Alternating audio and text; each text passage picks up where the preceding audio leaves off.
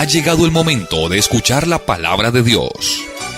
Un potente mensaje extraído de las Sagradas Escrituras. En la voz del pastor Carlos Hoyos.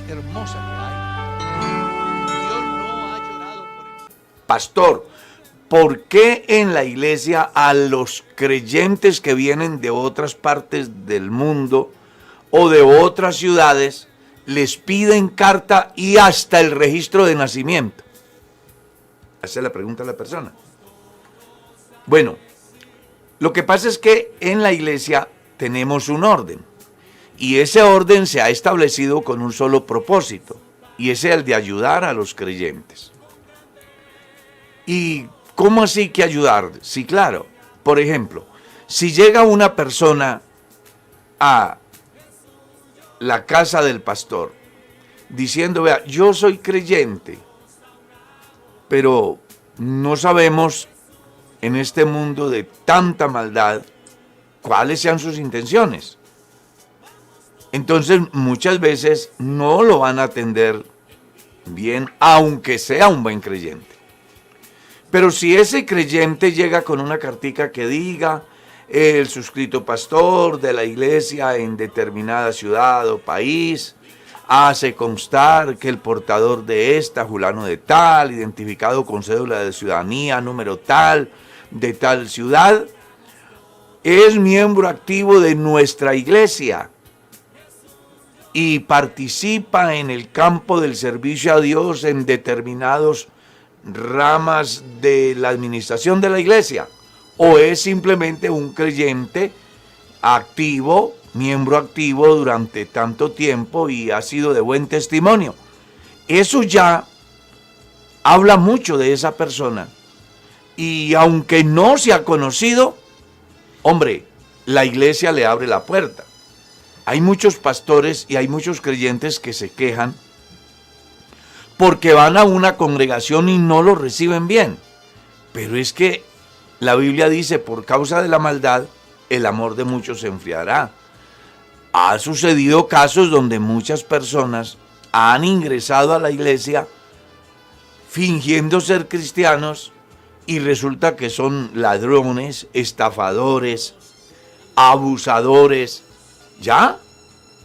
Entonces, por eso en las iglesias los pastores acostumbramos a pedir una carta del pastor de donde él viene, y en esa carta debe estar impreso el número del teléfono del pastor al cual llamamos y corroboramos que la información sea veraz.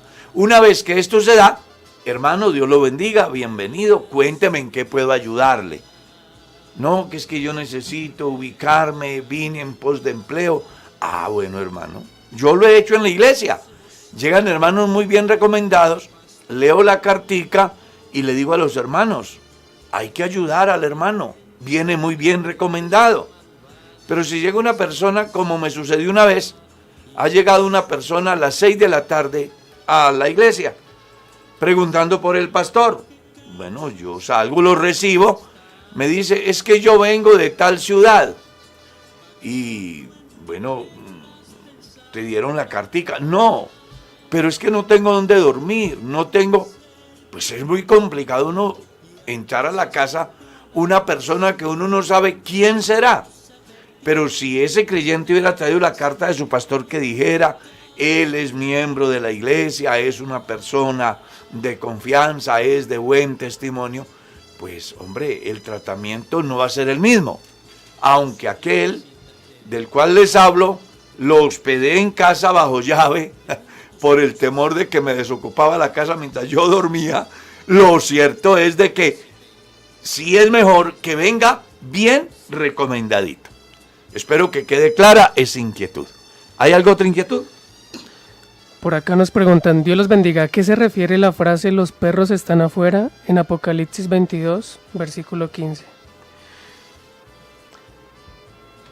Lo que pasa es que cuando leamos el texto, Apocalipsis 22, 15, ¿no? Sí, señor. Dice, leamos desde el verso 14, bienaventurados los que lavan sus ropas para tener derecho al árbol de la vida y para entrar en las puertas en la ciudad. Mas los perros estarán fuera, y los hechiceros, los fornicarios, los homicidas, los idólatras, y todo aquel que ama y hace mentira. Bueno, habla sencillamente de quiénes pueden entrar a estar con Dios. Y comienza enumerando un sinnúmero de personas que tienen determinados comportamientos. Porque cuando aquí habla de perros no está hablando del que ladra en la casa, no. Está hablando de personas cuyos comportamientos han sido alterados y pues tienen actitudes que riñen con el orden natural, el cual Dios estableció desde el principio. Por eso en la Biblia, desde la ley de Moisés fue dicho: no traerás a la casa de Jehová tu Dios el precio del perro o el pago de la ramera. Mire que habla de dos comportamientos. Y todos saben qué es una ramera, qué es una prostituta, pero pocos saben a qué se refiere cuando se habla de perro. Está hablando de ese hombre que tiene esos comportamientos relacionados con el sodomismo, del cual Dios no se agrada, y por causa de tal pecado destruyó a Sodoma y a Gomorra. Es importante que se tenga en cuenta que no se está tratando aquí, al aclarar esto, de atacar, porque igual sigue diciendo la Biblia otras clases de comportamientos: hechiceros, ¿y quiénes más? Fornicarios y homicidas, idólatras, y todos aquellos que aman y hacen mentira. Ese comportamiento del último tiempo, que sin duda alguna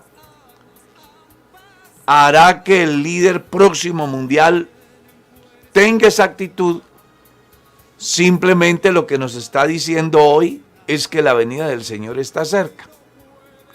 Pero también se debe de entender que al igual que ese comportamiento es despreciable también el ser hechicero, el ser mentiroso, el ser adúltero, el ser fornicario, el ser homicida, el ser ladrón. Mejor dicho, la mejor respuesta a todo aquello lo va a encontrar usted en la carta a los Gálatas, capítulo 5, verso 17 en adelante. Espero que te quede clara la inquietud. Bueno, por acá tenemos otra pregunta. Nos dicen: buenos días, Dios te bendiga. Una pregunta: ¿quién debe pagar los gastos de un matrimonio de nuestra iglesia? ¿La mujer o el hombre? ¿Y cómo se debe hacer las cosas? Eso ya es una pregunta que la respuesta es como muy subjetiva, porque las culturas de las personas en Colombia somos un país muy plural, es decir, hay una manera de ver el matrimonio en Bogotá a como se ve en Antioquia, a como se ve en la costa, porque aunque es un matrimonio, pues las costumbres de cada región son diferentes, ¿sí? Yo les puedo hablar por mi región. He mirado el comportamiento de las personas en estos sectores. Por ejemplo, he visto en algunos lugares del país donde he tenido la oportunidad de estar, que los gastos del matrimonio los comparten, ¿sí? Ella coloca dinero, él coloca dinero, y al final pues se casan. En el caso nuestro no es así. Nosotros en nuestra tierra, o por lo menos hasta donde yo viví mi vida y he vivido mi vida, el hombre que se casa requiere casa y costal para llevar a la plaza. Yo aprendí, por ejemplo, de mi padre, que él laboraba todo el tiempo, mi mamá estaba en casa cuidando a sus hijos. Mi padre nunca permitió que mi madre fuera a laborar a otra parte porque ellos pensaban que el patrimonio más grande de una pareja son los hijos. Entonces él decía, yo no puedo confiar mis hijos a cualquier persona en cualquier parte, más bien yo me hago moler trabajando para llevar lo necesario y ella que se entregue al cuidado de los niños. Así nos criamos nosotros. Cuando yo me enamoré, yo me fui a laborar, a conseguir los recursos para podernos casar. Todo lo puse yo, todo, absolutamente todo. Pero, vuelvo y digo, eso es según la cultura. Yo conozco casos de parejas que cuando se van a casar dice, tú compras el televisor y yo compro el equipo de sonido. Tú pagas el arriendo y yo pago los servicios. Tú compras la carne y yo compro los víveres. Y un día cualquiera se levantan enojados y entonces el que compró el televisor se va y el que compró la cama dice, no duermes aquí porque la cama es mía. Se les olvida que cuando uno se casa adquiere una sociedad de bienes. Claro. Donde los ingresos de la pareja no deberían de manejarse. Por eso estoy hablando que esta respuesta es muy subjetiva.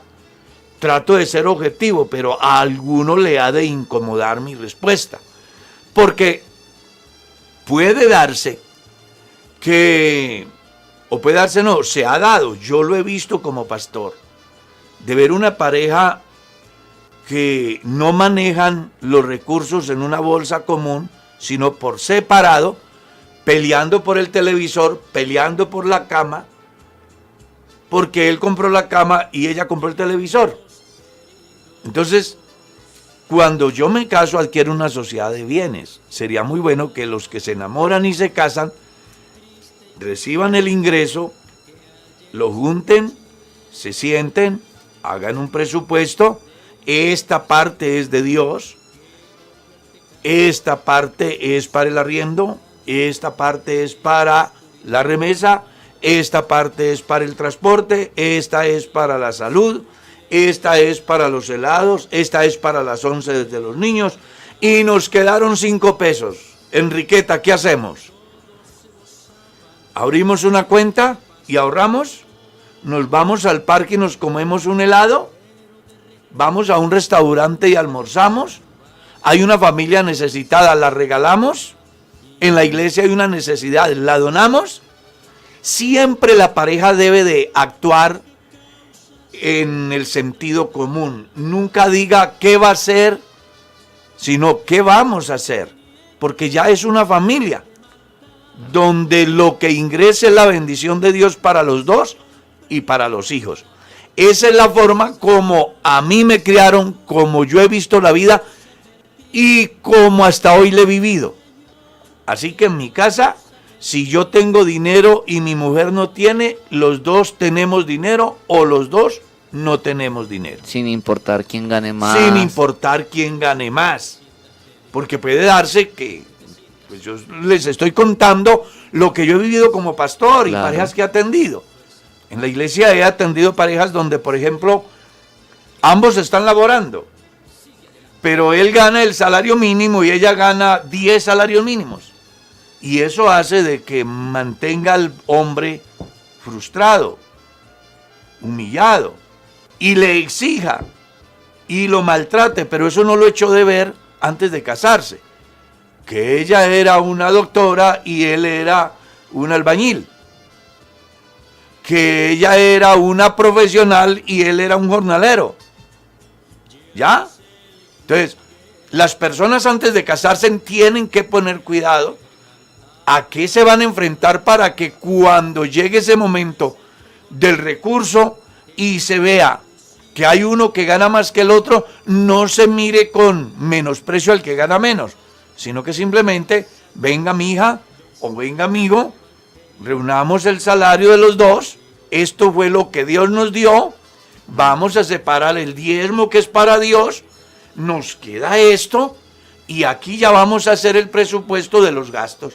Y una vez que hacen el presupuesto, si les sobra dinero, ¿qué vamos a hacer?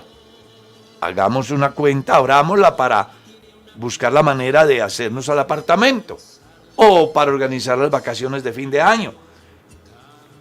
Yo he vivido eso aquí, hogares al borde de la destrucción, porque están empleados, mañana ella pierde el empleo y entonces el marido dice, es que ella no hace nada, ella no trabaja y yo solo viendo por la obligación.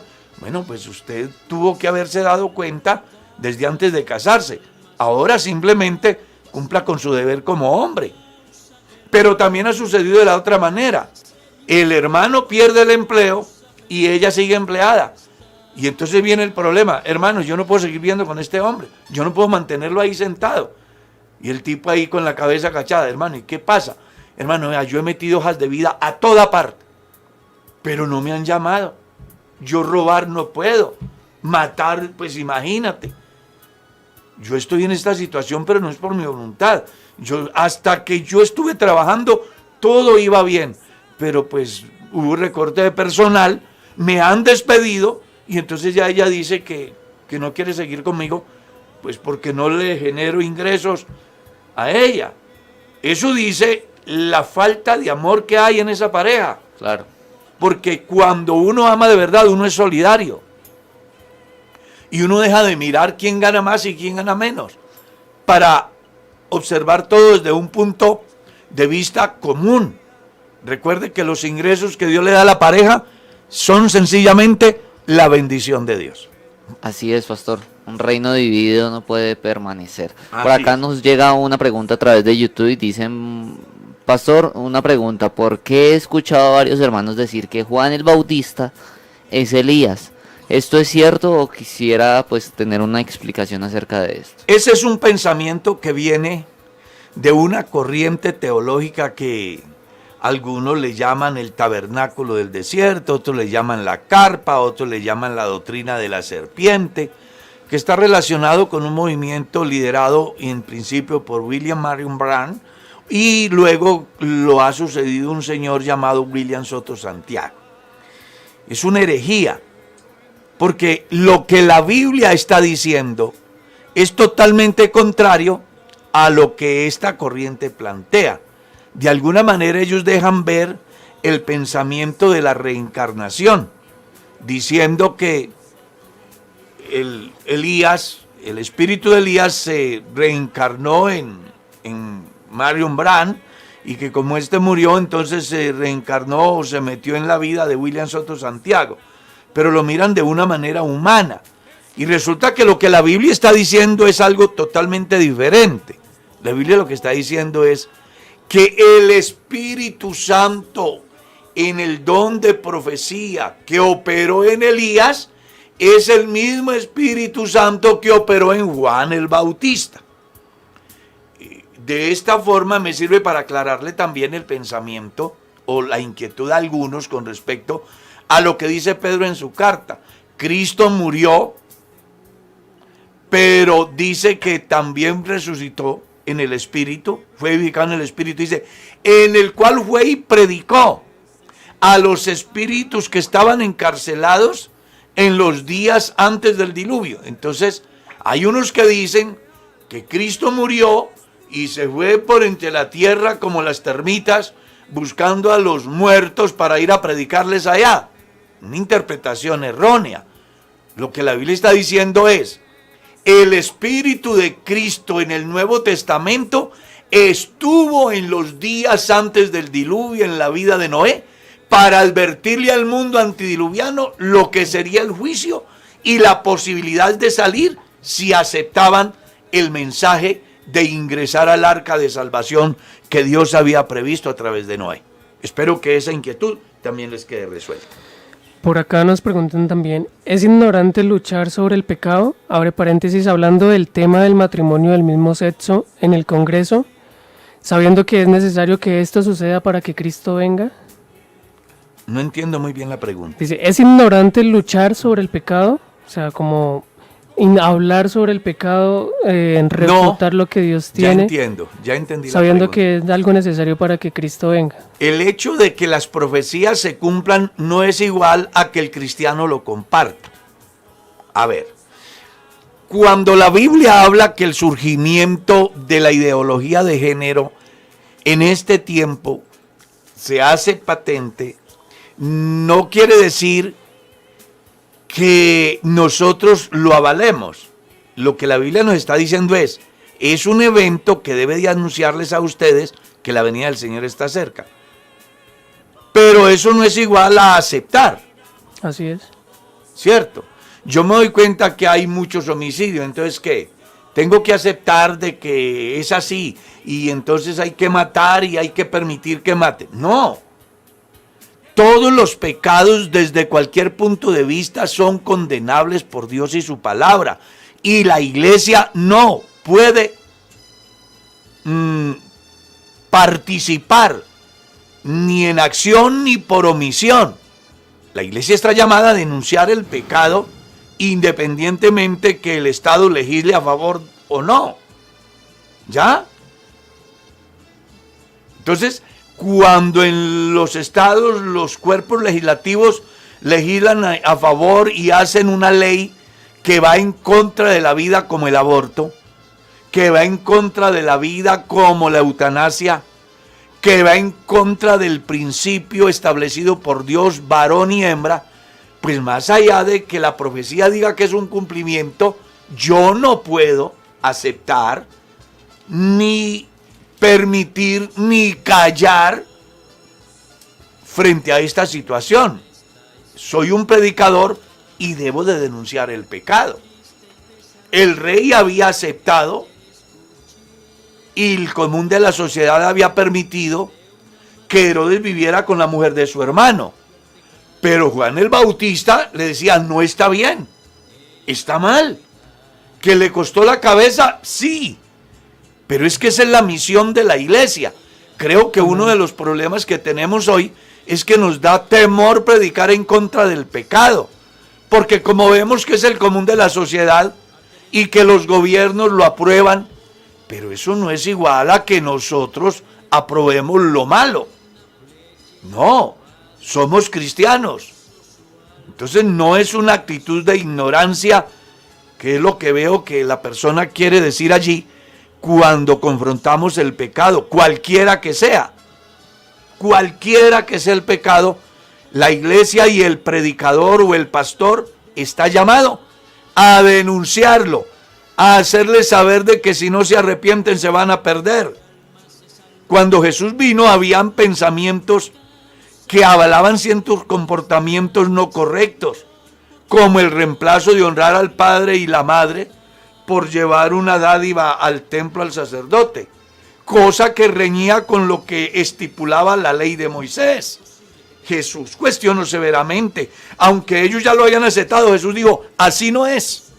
Esa es la misión de la iglesia.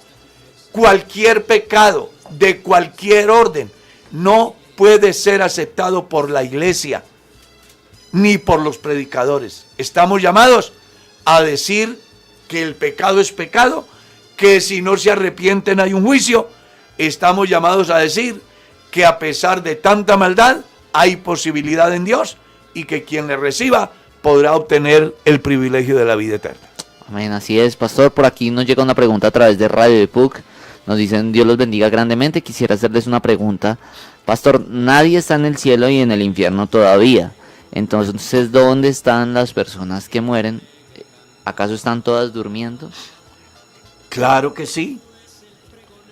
Lo que pasa es que hay una diferencia en el que duerme en Cristo y el que duerme sin Cristo. Si ustedes miran bien la Escritura, van a descubrir que los cristianos duermen. Eso es lo que dice la Escritura. El Señor mismo con voz de mando, con voz de arcángel, pero leamos desde el principio. Os rogamos, hermanos, que no os entristezcáis como los otros que no tienen esperanza. Porque si creemos que Cristo murió y resucitó, así también traerá Dios con Jesús a todos los que durmieron en él. Así es.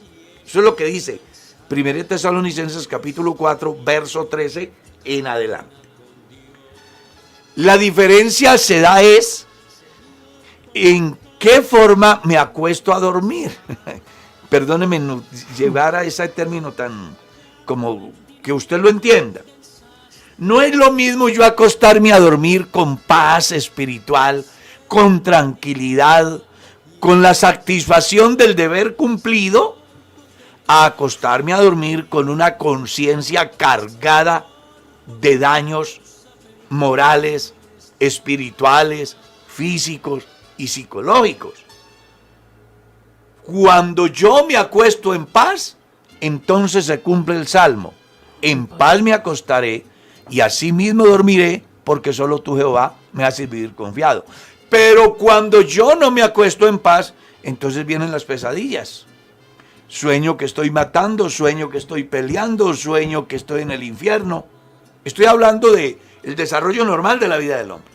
Cuando ya entramos al campo de lo que es cerrar los ojos de la carne frente a este mundo para enfrentar la eternidad, dependiendo de la forma como yo muera, el estado en que yo esté, así será mi dormir.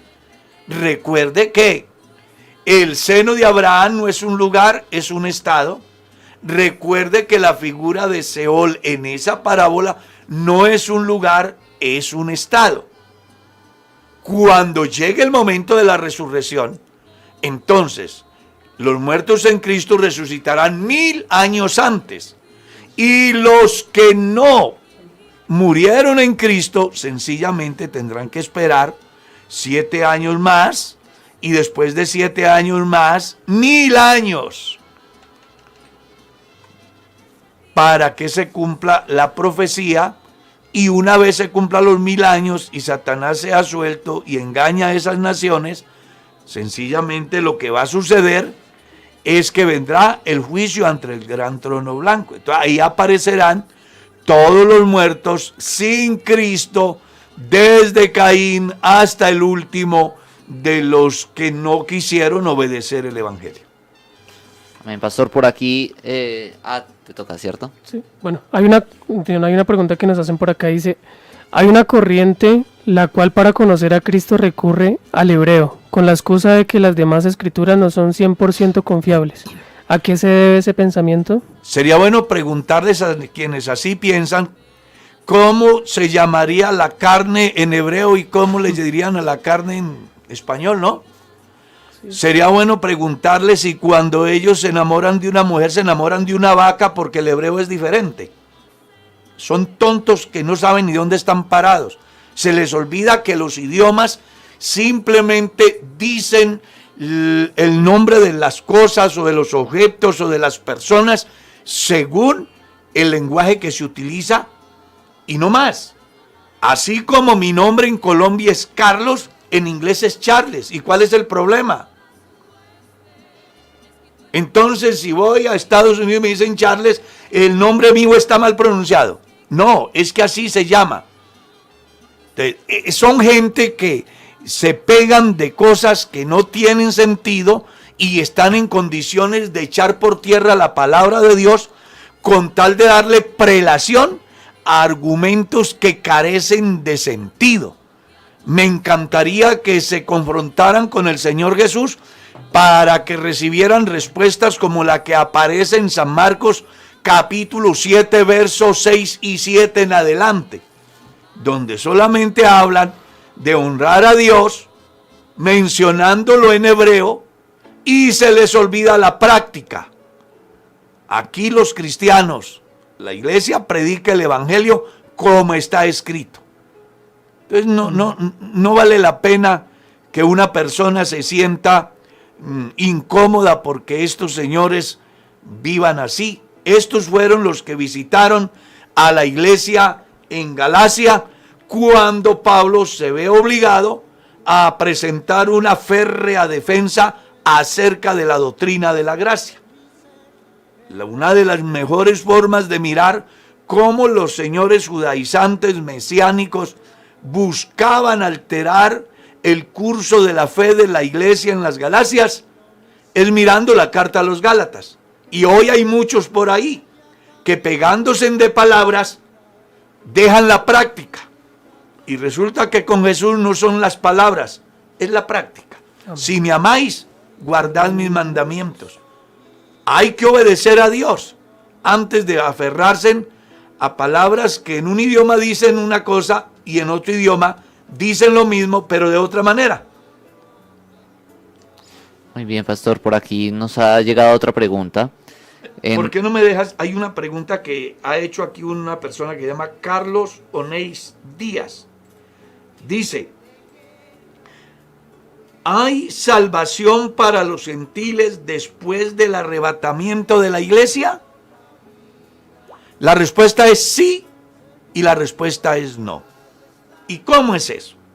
Sí va a haber salvación para el mundo gentil después del arrebatamiento, pero será una salvación temporal. Es decir, los que sobrevivan a la gran tribulación y sean hallados dignos de estar a la derecha, ellos tendrán el privilegio de disfrutar del reino de Dios 1000 años. A eso es a lo que yo le llamo salvación después del arrebatamiento. Pero no habrá salvación. ¿Por qué? Porque después de que termine el periodo milenial, Satanás será suelto y saldrá y engañará a estas personas para que se levanten contra Dios. Ahora bien, solamente basta con que leas algunos textos que te los voy a citar para que los tengas muy en cuenta. Capítulo 16, verso 8 y 9.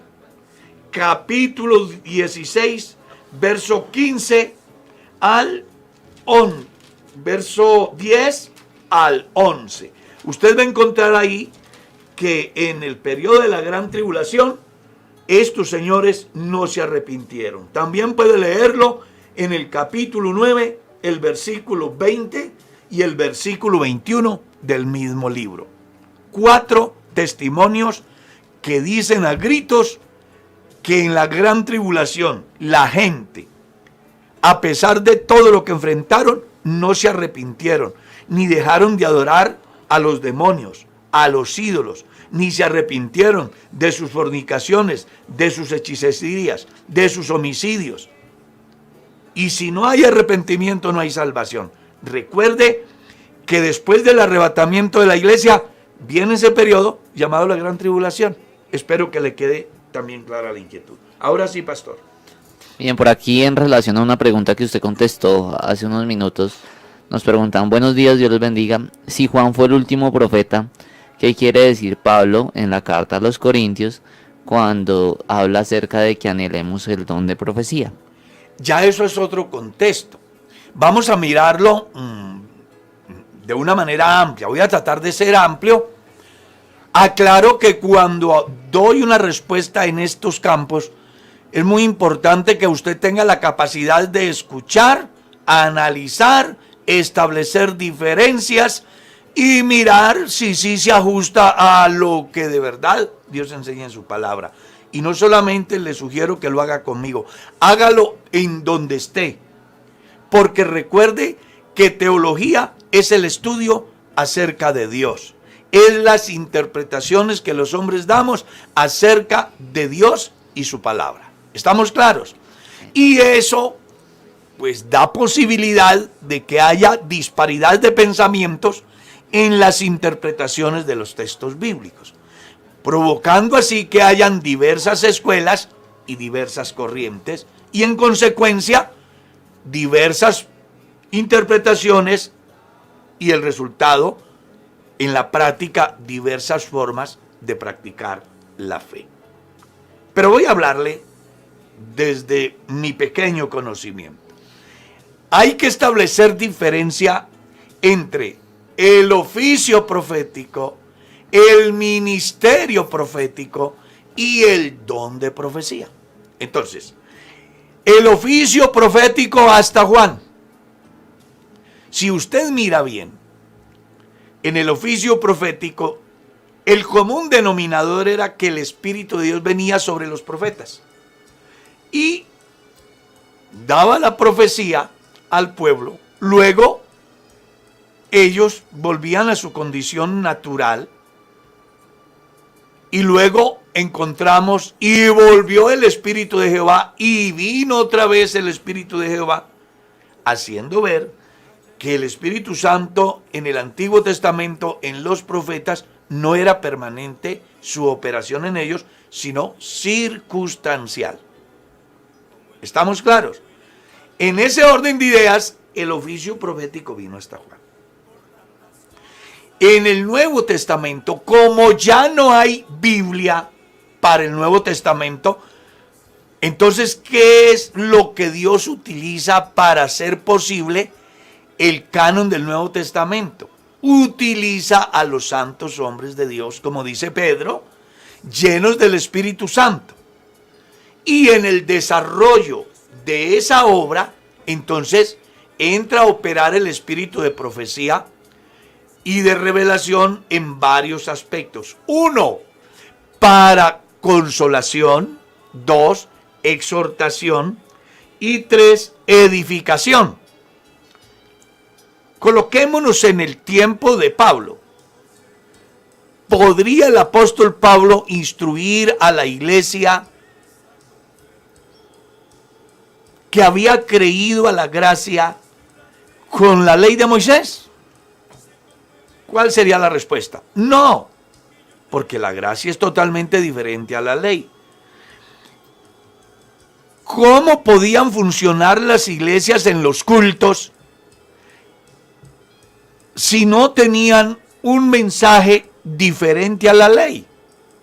Era sencillo, se reunían, adoraban, alababan y esperaban que el don de profecía se hiciera manifiesto a fin de que hubiese un mensaje nuevo de parte de Dios que se ajustara a los postulados cristocéntricos y apostólicos. Y en ese orden de ideas podían profesar la fe sin caer en el error de volverse a los rudimentos de la ley. Entonces en Corinto se presenta un fenómeno muy interesante. El capítulo 12 habla de los dones espirituales que estaban en la iglesia de Corinto. En el capítulo 13 Pablo les dice, aunque los dones son maravillosos y son del Espíritu Santo, si ustedes los van a ejercer y no tienen amor, para nada sirven los dones. El capítulo 14, entonces, él reglamenta de alguna manera cómo deben de funcionar los dones. ¿Por qué?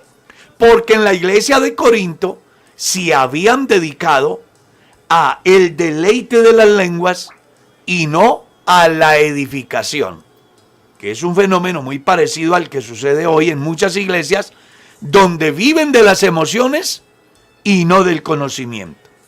Y aquí se trata de que la persona tenga no solamente la emoción, el goce del Espíritu Santo, sino que también obtenga el conocimiento que le hace el Espíritu Santo a través de la palabra, para que así pueda dirigir sus pasos de tal forma que no se extravíe ni a la derecha ni a la izquierda y pueda alcanzar el premio del supremo llamamiento. En razón a que ellos se habían dedicado a las lenguas, entonces no había enseñanza en la iglesia. ¿Por qué no había enseñanza? Porque los cultos de ellos eran tan diferentes a los nuestros. Pues ellos no, el culto era, nos congregamos, oramos, adoramos, alabamos, bendecimos. Pero ellos no pueden tomar una porción de la palabra para enseñarla, porque el Nuevo Testamento no está. Tienen que esperar un mensaje a través del don de profecía que instruya al pueblo acerca de los pasos a seguir en la vida cristiana. Y ellos se han dedicado a las lenguas. Entonces Pablo les dice, procurad los dones, pero sobre todo que profetices. Y comienza a explicarles, porque el que habla en lenguas se edifica a sí mismo, porque habla misterio y nadie lo puede entender. Pero en sí él se edifica porque dice, wow, he tenido la presencia de Dios en mi vida, Dios está conmigo, qué alegría, qué bendición.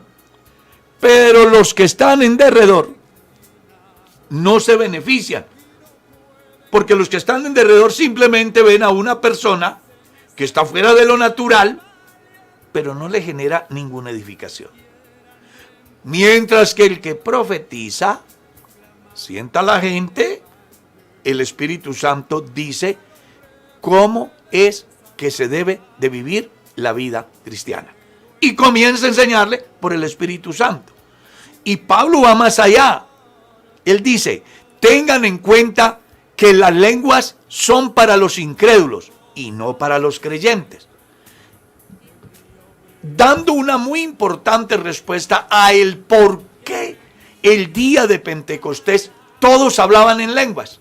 La razón, porque habían peregrinos de todas las naciones bajo el cielo que hablaban diferentes lenguas o idiomas. Y lo que hizo el Espíritu Santo ese día fue usar a esos cristianos para hablarle al que hablaba francés, al que hablaba griego, al que hablaba arameo, al que hablaba, yo qué sé, marroquín, de todas las naciones. Entonces, el Espíritu Santo ese día usó a esos creyentes para los incrédulos a fin de que fueran concientizados de la gracia de Dios y de la obra de Cristo. Por eso Pablo lo ratifica en la carta a los Corintios capítulo 14, las lenguas son para los incrédulos y no para los creyentes. Y da una explicación interesante, porque ¿qué pasará si llegan a un culto y todos están hablando en lenguas? ¿No dirán que están locos? Pero ¿qué sucederá si los que no conocen a Dios llegan al culto y escuchan el mensaje en la lengua que ellos conocen? He ahí el error de los señores intérpretes del último tiempo que han cuestionado a la iglesia, porque en la iglesia, según ellos, no funciona el don de profecía. Claro, es que, ojo, la profecía tuvo un papel muy importante en la figura de don en el tiempo de la formación de la iglesia del primer siglo y de la estructuración de lo que es el Nuevo Testamento. Una vez que ya está el Nuevo Testamento en nuestras manos, entonces, a causa del surgimiento de tantos profetas y visionarios y revelados de toda parte, aparece el apóstol diciendo, no crean cuento, tenemos la palabra profética más segura, a la cual hacéis bien con atender. Entonces recuerde, oficio de profecía hasta Juan, don de profecía en furor, en plenitud, en el primer siglo y hasta que la iglesia logró obtener lo que nosotros llamamos como el canon del Nuevo Testamento. Y ministerio profético a partir del momento que Dios permite que hayan hombres en todos los lugares del mundo que, echando mano a la palabra profética más segura, imparten el conocimiento desde los andenes, plazas públicas, atrios, coliseos, estadios, plataformas virtuales, en fin. Cada pastor que predica la palabra está cumpliendo el ministerio profético. Porque recuerde que la profecía en sí lo que quiere decir es uno hablando a través de otro. El profeta esperaba que Dios le diera la palabra para hablarle al pueblo. Hoy tenemos la palabra profética más segura. Amén. Por eso cuando el pastor dice, vamos a leer la palabra de Dios, vamos a estudiar la palabra de Dios y comienza a impartir la palabra de Dios, lo que está haciendo es transmitiendo el pensamiento de Dios ya impreso al pueblo que está escuchando la palabra profética más segura. Espero que eso también les quede claro. Y hago un pequeño aporte adicional. Luego, ¿hoy no funciona el don de profecía? Sí, pero no es el común denominador, porque ya tenemos la hoja de ruta más segura. Ya no tenemos el problema de Tesalónica. Tesalónica tuvo un problema. Léalo en el capítulo 5. Allá, a causa de las lenguas y de las profecías, la iglesia entró en una etapa de crisis en el sentido de el riesgo de ser engañados a causa de la falsa profecía. Entonces le han hecho saber a Pablo que lo mejor es apagar al Espíritu, porque si la presencia del Espíritu Santo genera divisiones dentro del pueblo e inclusive hace que algunos se extravíen de los postulados apostólicos, no más Espíritu Santo, vivamos la vida cristiana sin darle tanta importancia a esa presencia sobrenatural que se traduce en profecías y que muchas veces son maravillosas, pero que otras veces tuercen al creyente. Cuando Pablo se da cuenta de eso, les dice, no apaguéis al Espíritu. ¿Eso qué quiere decir? Que no quería más Espíritu Santo. No menospreciéis la profecía. ¿Eso qué quiere decir? Que la profecía había quedado en desprestigio, había caído en desprestigio. ¿Por qué?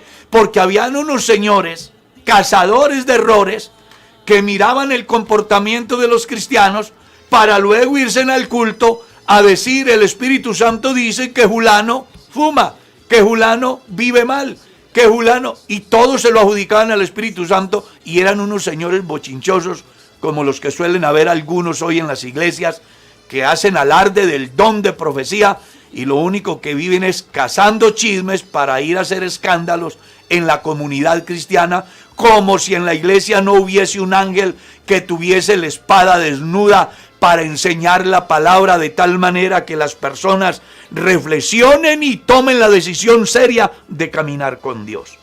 Por eso Pablo les dice, no la menosprecien, lo que ustedes tienen que hacer es, escuchen, examínenlo y tomen lo bueno. Es decir, en el culto, en ese tiempo, podía darse que habían 3 o 4 profetas y se levantaban y profetizaban.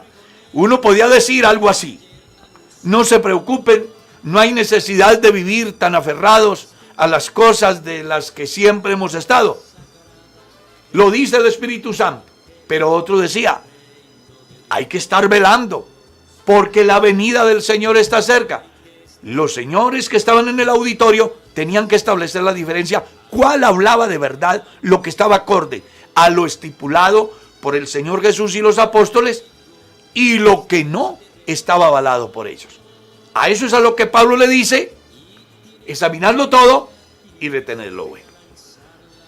Dios, buscando que usted y yo no estemos en esa incertidumbre, entonces nos ha dejado la palabra profética más segura, a la cual hacéis bien en atender, porque ella os alumbra como una antorcha en la oscuridad, teniendo claro que ninguna de las escrituras es de interpretación privada y que ninguna de la escritura vino por voluntad humana, sino que los santos hombres de Dios hablaron siendo llenos e inspirados por el Espíritu Santo.